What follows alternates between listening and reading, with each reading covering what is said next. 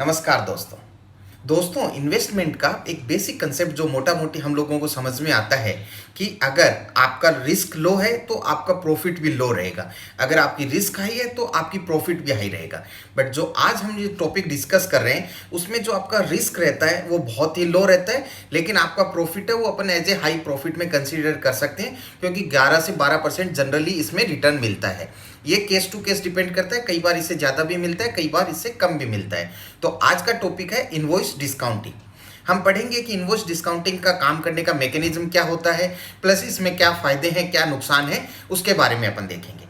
Invoice discounting समझने के लिए आप एग्जाम्पल लीजिए खुद का, कि समझो आप एक बिजनेस कर रहे हैं और वो बिजनेस में आपको सडनली एक बड़ा ऑर्डर मिला है। अब वो बड़ा ऑर्डर करने की आपके पास अभी कैपेसिटी नहीं है, तो उसके लिए आपको क्या चाहिए, आपको कैश चाहिए, रॉ मटेरियल परचेज करने के लिए, अपने स्टाफ को सैलरी देने के लिए।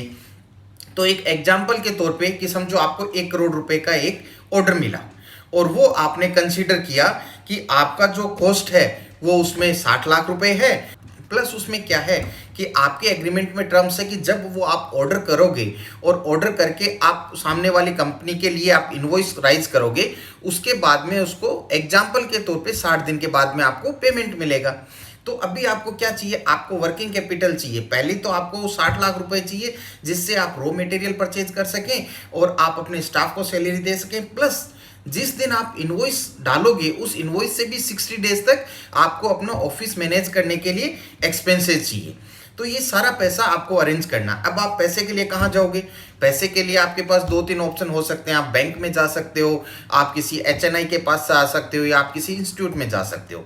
लेकिन वो सारी बैंक्स और इंस्टीट्यूट्स और इन सब में क्या होता है, इनके क्राइटेरियाज होते हैं जो इनको फुलफिल करना होता है, तभी आपको बैंक से लोन मिल सकता है। लेकिन समझो आपका बिजनेस नया है और आपके पास वो पूरा क्राइटेरिया फुलफिल करने की कैपेसिटी नहीं है, तो बैंक से आपको लोन नहीं मिल रहा। अब कहीं ना कहीं से तो आपको ये पैसा अरेंज करना है। तो आप समझो आप अपने दोस्त के पास गए और आप अपने दोस्त को बोला कि भाई मेरे को ये एक ऑर्डर मिला है 1 करोड़ रुपए का, और अभी इस ऑर्डर को फुलफिल करने के लिए मेरे पास पैसा नहीं है।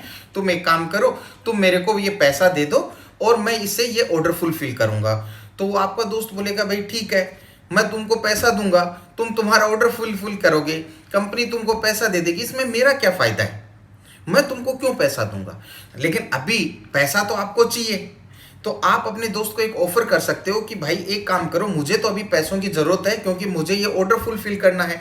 तुम एक काम करो, ये जो मेरा इनवॉइस है 1 करोड़ रुपए का, तुम अपने पास रखो, मुझे पूरा पैसा नहीं चाहिए, तुम मुझे 90 लाख रुपए दे दो। तो अभी आप क्या सोचोगे कि 70 लाख रुपए मेरा कॉस्ट है, 20 लाख रुपए मैं मेरा प्रॉफिट कंसीडर करूंगा, 90 लाख रुपए मेरे लिए इनफ है अभी, क्योंकि मुझे ये काम करना है। तो आपका दोस्त क्या करेगा, वो जो आपका इनवॉइस है वो आपसे ले लेगा जो 1 करोड़ रुपए का है, और आप उसको क्या करोगे, डिस्काउंट पे 90 लाख रुपए उससे लोगे। इसको बोलते हैं इनवॉइस डिस्काउंटिंग। तो अभी आपको इसका समझ में आया कि इसके मैकेनिज्म क्या होती है। मोस्टली जो इनवॉइस डिस्काउंटिंग होती है वो ज्यादातर केस में एसएमईज कंपनियों में होती है, क्योंकि उनके पास इतना वर्किंग कैपिटल नहीं होता और वो अपने बिजनेस को ग्रो करते हैं। तो वो जो अपनी इनवॉइस है वो डिस्काउंट पे हमें देते हैं, उसको इनवॉइस डिस्काउंटिंग बोलते हैं। पहले के टाइम में क्या होता था कि जो मोस्टली जो इनवॉइस डिस्काउंटिंग है वो समझो कोई बड़ा सेट हो गया, एचएनआई हो गया, कोई बड़ी इंस्टीट्यूट हो गई, वो सारा करते थे। लेकिन आजकल बहुत सारे प्लेटफॉर्म आ रहे हैं जिसमें रिटेल इन्वेस्टर के पास में भी ये ऑप्शन है और आप भी इनवॉइस डिस्काउंटिंग से काफी सारा फायदा कमा सकते हैं। तो आपको ये मैकेनिज्म समझ में आई कि इनवॉइस डिस्काउंटिंग किस तरीके से काम करता है। अभी इसमें टोटल 3 पार्टी हैं। एक पार्टी है सप्लायर जो प्रोडक्ट देगी, एक पार्टी है बायर और एक पार्टी है इन्वेस्टर। तो सप्लायर क्या करेगा, उसको वर्किंग कैपिटल के लिए इन्वेस्टर से वो पैसा लेगा कुछ डिस्काउंटेड इनवॉइस पे, और वो इनवॉइस कर देगा नाम किसके, इन्वेस्टर के नाम। तो जब जैसे ही 60 डेज हो जाएगा तो बायर से डायरेक्टली पैसा उसको मिल जाएगा इन्वेस्टर को। तो इन्वेस्टर को 1 करोड़ रुपए मिलेगा, उसने दिया था 90 लाख, तो एक शॉर्ट पीरियड में समझो 60 डेज में 30 डेज में जो भी एग्रीमेंट है उसमें उसको 10 लाख रुपए का फायदा हो गया, जो एक काफी अच्छा रिटर्न माना जाता है। अब इसमें बायर के लिए तो क्या था, प्रोडक्ट मिला और उसने अपने टाइम पे पेमेंट कर दिया। लेकिन जो मेन 2 पार्टी हैं, जो प्लेटफॉर्म पे 2 पार्टियां मिलेंगी, वो 2 पार्टी है जिसने जो बिजनेस कर रहा है वो, प्लस जो इन्वेस्ट कर रहा है। तो अब इसमें दोनों का क्या फायदा है, क्यों ये इनवॉइस डिस्काउंटिंग का काम करेंगे वो देखते हैं। जो अपना बिजनेसमैन है उसके पास क्या फायदा है, एक तो उसको इंस्टेंट लिक्विडिटी मिल गई, उसको पैसा चाहिए था, उसको फटाफट उसका पैसा मिल गया, जिससे उसका क्या हुआ, बिजनेस रन कर गया और वो अपना प्रॉफिट कमा रहा है। ये फायदा हो गया इन्वेस्टर के लिए। दूसरा फायदा उसके लिए क्या हो गया कि प्रोसेस बहुत ज्यादा शॉर्ट हो गई। अगर वो बैंक में जाता, लोन लेता, तो उसके लिए एक बहुत लेंथी प्रोसेस थी और उसको बहुत सारे क्राइटेरिया फुलफिल करने पड़ते। यहाँ पे प्लेटफॉर्म के थ्रू आप डायरेक्टली इन्वेस्टर से बहुत ही शॉर्ट प्रोसेस में आप पैसा ले सकते हैं, तो ये उसको टाइम सेविंग हो गया। तीसरा उसका हो गया, बैंक से उसको लोन लेने के लिए कुछ ना कुछ कोलेटरल उसके पास रखना पड़ता, यहाँ पे आपको कुछ रखना नहीं पड़ेगा। तो ये बेनिफिट्स हो गया बिजनेसमैन के लिए। अब इसके अब इन्वेस्टर को क्या क्या फायदे होते हैं। इन्वेस्टर को फायदा, सबसे पहला फायदा तो यही है कि आपका जो रिटर्न है वो आपको फिक्स है, वो आपको पहले से पता है कि after 60 days I will get this much money. तो आपको कोई भी टेंशन नहीं है कि मार्केट ऊपर जा रहा है नीचे जा रहा है, ये आपका जो रिटर्न है वो बिल्कुल स्टेबल है। तो ये आपको सबसे पहला फायदा हो गया। दूसरा आपको फायदा हो गया कि बहुत ही शॉर्ट ड्यूरेशन के लिए इन्वेस्टमेंट है, आपको बहुत ज़्यादा लंबे टाइम के लिए इसको वेट नहीं करना पड़ेगा कि इसमें कब ग्रो होगा क्या होगा, वो एकदम शॉर्ट ड्यूरेशन। कई बार आपको 7 दिन में रिटर्न होता है, कई बार 30 डेज, कई बार 90 डेज, 120 डेज, जो भी एग्रीमेंट होता है। तो जो इसका ड्यूरेशन होता है वो ड्यूरेशन बहुत ही ज़्यादा शॉर्ट है। तीसरा इसमें फ़ायदा ये हो गया, आजकल कई प्लेटफॉर्म्स होते हैं उनमें लिक्विडिटी भी बहुत अच्छी रहती है कि समझो आपने इनवॉइस डिस्काउंटिंग पे एक इनवॉइस में आपने इन्वेस्ट किया, बट हो सकता है कि वो इनवॉइस आफ्टर 60 डेज उसकी मेच्योरिटी होने वाली है, लेकिन आपको 30 डेज में ही वो पैसों की फिर जरूरत पड़ गई, आप उस इनवॉइस को वापस रीसेल भी कर सकते हैं। हाँ, हो सकता है कि समझो उस इनवॉइस में 11% आपको रिटर्न दिया हो, लेकिन जब आप उसको रीसेल करेंगे तो जिस ड्यूरेशन में आपने रखा हो सकता है उसका 9% ही आपको मिले। वो तो डिपेंड, आपको रिस्क लेना ही पड़ेगा क्योंकि आप उसको रीसेल कर रहे हो, लेकिन फिर भी लिक्विडिटी इसमें काफ़ी अच्छी रहती है। फिर चौथा इसमें आपको फायदा मिल गया कि ये आप इसकी अपनी रिस्क मैनेज कर सकते हैं। रिस्क आप कैसे मैनेज कर सकते हैं, क्योंकि आपको वो प्लेटफॉर्म पे पूरा डिटेल मिलेगा, कौन बायर है कौन सेलर है। तो आप बायर के बारे में चेक कर सकते हो कि भाई समझो वो एमआरएफ को सेल कर रहा है या वो किसी XYZ पार्टी को सेल कर रहा है, तो आप उसकी हिस्ट्री चेक कर सकते हो कि जो बायर है उसका पुराना रिकॉर्ड कैसा है, वो अपने इनवॉइस टाइम पे दे रहा है नहीं दे रहा है, वो अपने इनवॉइस पूरे दे रहा है या फिर उसमें से काफ़ी सारे उसको डिसऑनर भी कर रहा है। वो आप कितना रिस्क लेना चाहते हैं उसके हिसाब से आप डिसाइड कर सकते हैं कि मुझे इतना सर्टेन अमाउंट मुझे ये रिस्क में डालना है और इतना सर्टेन अमाउंट मुझे हाई रिस्क में डालना है। जो भी है आप अपनी रिस्क खुद मैनेज कर सकते हो। उसके बाद में मोस्टली इसको लोग डाइवर्सिफिकेशन के लिए भी यूज करते हैं, तो आप उसके लिए वो भी आपके लिए एक बहुत अच्छा ऑप्शन होता है। तो ये मोटा मोटी अपना इन्वेस्टर के लिए फायदा है।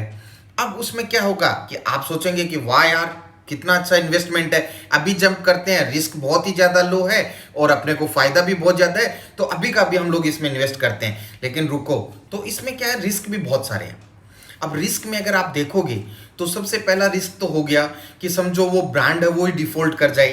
ये एक बड़ा रिस्क है कि आप XYZ कंपनी है और आपने उसका इनवॉइस परचेज कर लिया लेकिन वो कंपनी डिफॉल्ट हो गई, तो वो आपका एक रिस्क है। इसमें उस रिस्क को आप कैसे मिटिगेट कर सकते हो कि जब आप ये इनवॉइस डिस्काउंटिंग के लिए जाओ तो आप हमेशा पहले उसकी पूरी हिस्ट्री अच्छे से चेक करो, और जो ट्रस्टेड ब्रांड्स हैं, बड़े बड़े ब्रांड्स हैं, जैसे अमेजोन आपको मिलेगा, फ्लिपकार्ट आपको मिलेगा, और भी बहुत सारी कंपनियां इसमें मिलेंगी। आप अच्छे ब्रांड में इन्वेस्ट करोगे तो वहाँ पे आपके डिफॉल्ट के चांसेस बहुत ही कम हो गए।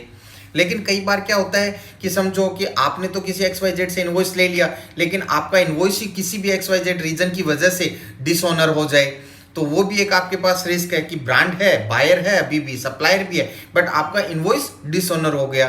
तो उसके लिए भी क्या होता है कि कई ऐप्स होती हैं जो आपको अश्योरेंस करती हैं कि भाई ये इनवॉइस डिसऑनर नहीं होगा, क्योंकि वो अपनी खुद की स्टडी करती हैं, प्लस वो इनवॉइस प्लेटफॉर्म पे लेके आने से पहले वो बायर से उसका क्रॉस वेरिफिकेशन भी करते हैं कि भाई ये हमारा एक इनवॉइस है, आप इसको कहीं डिसऑनर तो बाद में नहीं कर दोगे।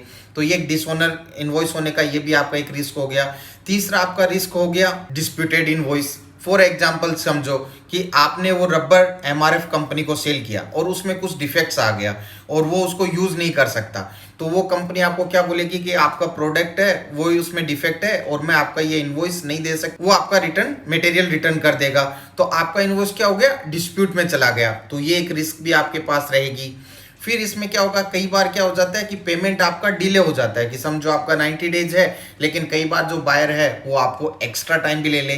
तो ये रिस्क को आप मिटिगेट करने के लिए आप वही है कि आप उसका पूरा हिस्ट्री चेक करें कि उसने जो पुराने इन्वॉइसेज हैं वो कितना दिन डिले किया है, उस बात पे डिपेंड करता है कि उसका रिकॉर्ड। तो उससे आप क्या आइडिया लगा सकते हैं कि मोटा मोटी ये इन्वॉइस का कितना चांसेस है डिले होने का। तो इस तरह की बहुत सारी रिस्क है, वो भी आपको माइंड में कंसिडर करनी चाहिए। आपको इसके फायदे भी देखने चाहिए, आपको इसमें रिस्क भी देखने चाहिए, और फिर आपको अपना डिसीजन लेना चाहिए कि मुझे इसमें कितना इन्वेस्ट करना चाहिए। अभी आपको पता चल गया कि इन्वॉइस डिस्काउंटिंग होती है, उसका मैकेनिज्म ये रहता है, ये पार्टीज में इन्वॉल्व रहती हैं, ये इसके फायदे हैं, ये इसके नुकसान हैं। तो अभी इसमें इन्वेस्ट किसको करना चाहिए? देखो, अगर मेरी राय में आप मानोगे तो बिगनर्स को इनवॉइस डिस्काउंटिंग में इन्वेस्ट नहीं करना चाहिए। क्यों नहीं करना चाहिए? क्योंकि एक एग्जांपल के तौर पे आपने 1 करोड़ रुपए का इन्वेस्ट कर रहे हैं, ठीक है, और 1 करोड़ रुपए में आपको एक एग्जांपल के तौर पे 10% रिटर्न मिल रहा है, या समझो 12% रिटर्न मिल रहा है। 12% रिटर्न मिलने का मतलब ये हो गया कि 1 साल में वो आपको 12% रिटर्न मिल रहा है, तो महीने का हो गया 1%, और 2 महीने का अगर 60 डेज का इन्वॉइस है तो आपका 2% आपको रिटर्न मिल रहा है। तो 2% रिटर्न के लिए आप 1 करोड़ रुपए की आपको रिस्क तो लेनी पड़ेगी, ठीक है, इसमें लो रिस्क है, क्योंकि आपका ब्रांड अगर अच्छा हो तो बहुत ही कम चांसेज हैं कि उसमें कोई प्रॉब्लम आए, बट फिर भी रिस्क तो है, इसलिए बिगनर्स को इसमें ज़्यादा इन्वेस्ट नहीं करना चाहिए। लेकिन अगर आपने ऑलरेडी समझो इक्विटी में भी इन्वेस्ट कर रखा है, रियल स्टेट में भी इन्वेस्ट कर रखा है, गोल्ड में भी इन्वेस्ट कर रखा है, और आप अपने पोर्टफोलियो को डाइवर्सिफिकेशन देना चाहते हैं, तो आप क्या कर सकते हैं कि एक सर्टेन अमाउंट इन्वॉइस डिस्काउंटिंग में भी डाल सकते हैं, क्योंकि इससे भी रिटर्न तो अच्छा ही आएगा, प्लस आपका जो पोर्टफोलियो है उसमें डाइवर्सिफिकेशन भी हो जाएगा। तो ऐसे लोगों के लिए इन्वॉइस डिस्काउंटिंग बहुत अच्छी रहती है, जिनके पास एक्स्ट्रा मनी हो। तो दोस्तों, ये था अपना इन्वॉइस डिस्काउंटिंग।